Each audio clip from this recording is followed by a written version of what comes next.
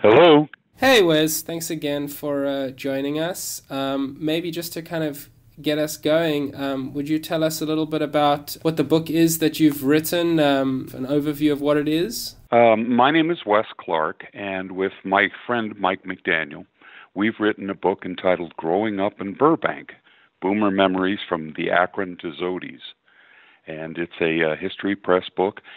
What it's about is about the shared experience of growing up in Burbank, California. Burbank is a suburb of Los Angeles, and we think it was a pretty interesting place and a pretty interesting time. And the book is basically about the things that we did, the things we did that other people did, and it's also the story about a friendship and about family and community. There are 15 chapters. The first three have to do with place. It starts with beautiful downtown Burbank, and then it widens out to the San Fernando Valley, suburbia, and then Southern California. Chapter 4 is about crafts, the crazy crafts and recreational time things that my mom did. Chapter 5 deals with shopping in Burbank. Chapter 6 deals with the Burbank School District. We were all affected by that. Chapter 7 is about, I call it a taste of Burbank. It's about restaurants. Chapter 8 is leisure time. These are the recreational things outside of crafts. Chapter 9, I borrowed from a phrase from Joni Mitchell, cartwheels turn to car wheels. This is the experience of getting your first car, customizing your car. Southern California has a heavy car culture. This chapter touches on that. Chapter 10 sort of goes along with Chapter 9. We call it hooligans. This is all of the evil things that we did with cars, all of the hooligan things we did with cars. Chapter 11, working stiffs. That's about the experience of working in Burbank. Chapter 12 talks about the media, how it's a media city. Chapter 13 describes Burbank at Christmas. Chapter 14 is a sort of a catch-all chapter where people just talk about growing up in Burbank. We call it the Burbank experience. And chapter 15 is about how you actually can go home again. Mike and I have put together a multi-day itinerary of things that you can do and places that you can go that is in the same in Burbank as it was 50 years ago. Help me kind of paint a picture. What's the kind of day-to-day life of growing up in Burbank like at that period? One of the points in our book is that it was unlike growing up at any other time. The 1960s and the 70s, that was the rise of the youth generation. It was the time when teenagers and young people were feeling very empowered. The arts reflected this, rock music. It was always about the youth, rock music, and that particular culture. But during the 60s and the 70s, it became more widespread. You would turn the television on and watch the Monkees, and, the Monkees were telling America, we have something to say. And we were very much in that mode. So that's what made a real difference in the 60s and 70s. There was very much an awareness that we were set apart in some special way. We dressed differently than our parents did. We had different attitudes about industry and career. Are you a full-time writer? How did you kind of end up writing? As you grow older, you tend to look backwards in your life. You tend to look back and think about the things you did as a young person. So looking backwards is sort of something we do naturally. And who better to write about the 60s and 70s, that baby boomer era, than two people who lived it? There are interest groups of every kind on the internet. You can find a website or a user group or some sort of a forum or bulletin board or about just about every interest under the sun. And there are Burbank Facebook groups, and we contribute to those. So when we proposed writing this book, we realized that there was an audience for what we had to say and reflect about. My career and Mike's career are very different from writing. Mike is a printer by trade, and in fact, he works for the city of Burbank. So he's very much centered in the very same place where we grew up and we went to school. I'm an electrical engineer. I have to write to get by, but it's not something that engineers are known for. But I graduated from college with an electrical engineering major and an English literature minor. So writing comes naturally to me. What was it like then, and what is it like now that's unique from other parts of the world? There are three things about Burbank that set it apart. It seems to be sort of the default television culture. For instance, think back on the TV series The Wonder Years. I don't think they ever consciously set the series in Southern California, but if you lived there, if you grew up there, you recognize the place as being distinctively Southern Californian. As a matter of fact, the Wonder Years home is in Burbank. The other thing about Burbank is that it was unique in that it had an agricultural presence. At one time, the city seal was a cantaloupe, but it also had a very prominent aerospace and an entertainment industry. The very same place that once raised grapes and made wine, people in Burbank were also dealing with advanced aerospace titanium alloys to make the SR-71 Blackbird.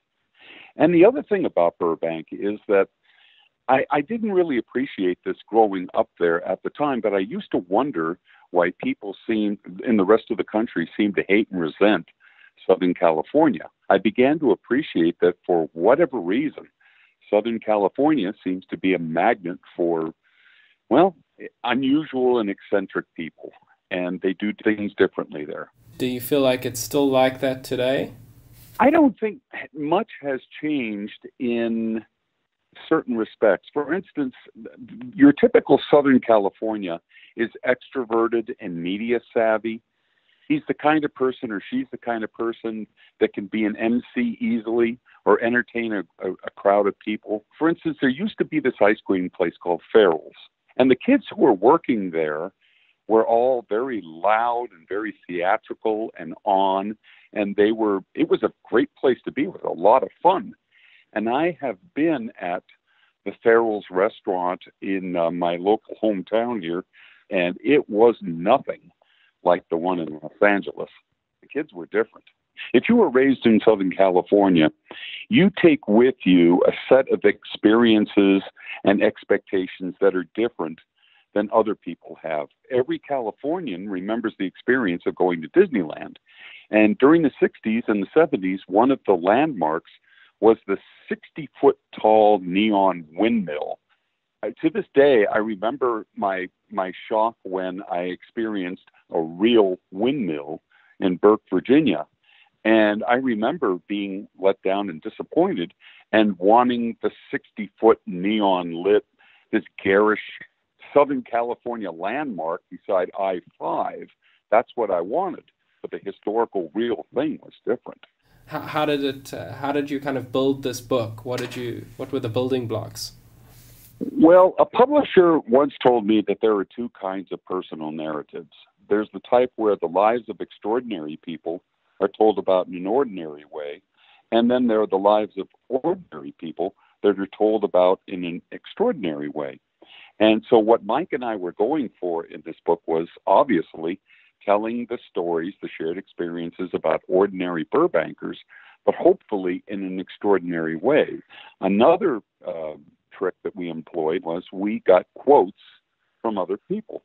We wanted to include as many different viewpoints about growing up in Burbank as possible. So our goal was to make it as broadly accessible a work as possible to appeal to the widest possible selection of Burbankers. But Mike and I, this is not just a reflection about Burbankers in general, but it's also kind of a chronicle of a 45-year-old friendship. Mike's involvement in this was that he has the passion for Burbank history that I don't think anybody else in town has. So Mike is really the guiding light about what Burbank is, how it's seen to us, and the interesting things about town. So the writing collaboration with us was very much a shared interest, shared perspective kind of thing. And there's a section in this book about some of the jargon that we employed, some of the phrases that we employed back in the 60s and the 70s.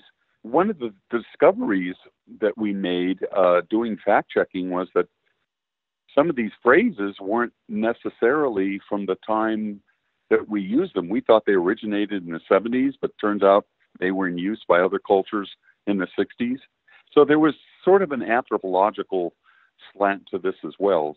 And I thought, moving to the East Coast, I would prefer the history of the East Coast, the history of Civil War battlefield sites, the history of Virginia plantations along the James River. But as it turns out, I find myself writing books about Burbank, California. How do you kind of get the words down on the paper? Do you what's your process to get the book actually written? Well, I'm not comparing myself with Mozart, but Mozart said for him, writing music was as natural as a cow pissing on a flat rock. Writing is sort of like that. It's as natural as breathing for me. I just sit down at the keyboard and I just start typing. I've never had writer's block. That's not a problem for me. I do a daily blog.